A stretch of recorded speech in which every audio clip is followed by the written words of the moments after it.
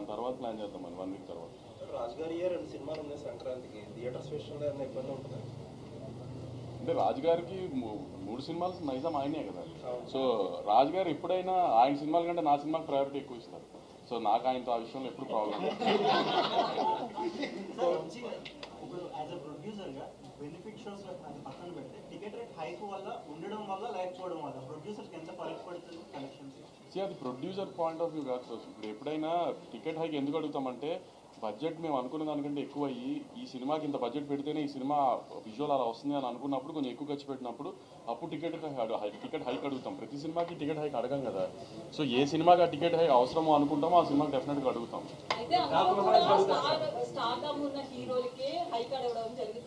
So ముఖ్యంగా budget లో హీరోలు ఎక్కువగా తీసుకోవడం వల్ల ఎఫెక్ట్ అవుతుంది అనుకోవచ్చు. అది తగ్గించే ఆలోచనలు ఏమన్నా ఉందా?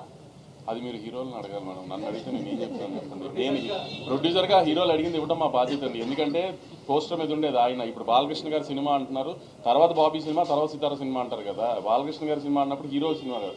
ఫస్ట్ ఆయన హ్యాపీ చేసిన తర్వాతే కదా ఏదైనా హీరో తర్వాతే కదా ఏదైనా హీరో మూలనే టికెట్ దిగేది.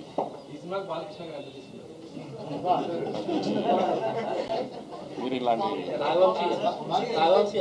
సోషల్ మీడియాలో కాంట్రవర్సీ నడుస్తుంది. యూఎస్ డిస్ట్రిబ్యూటర్ 3 సినిమాలకి ఇప్పుడు సేమ్. మీ 2 సినిమాలది ఓపెనింగ్ స్టార్ట్ అయిపోయినాయి ఆల్రెడీ.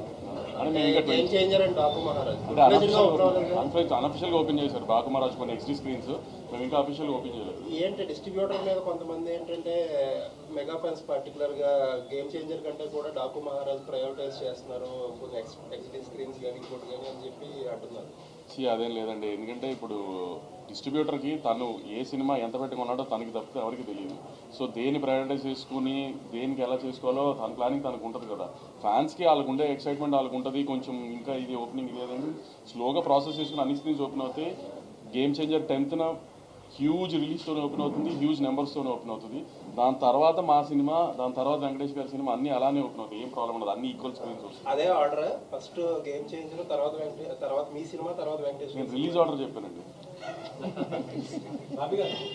చిరంజీవి గారితో చేశారు, ఇప్పుడు బాలకృష్ణ గారితో చేశారు.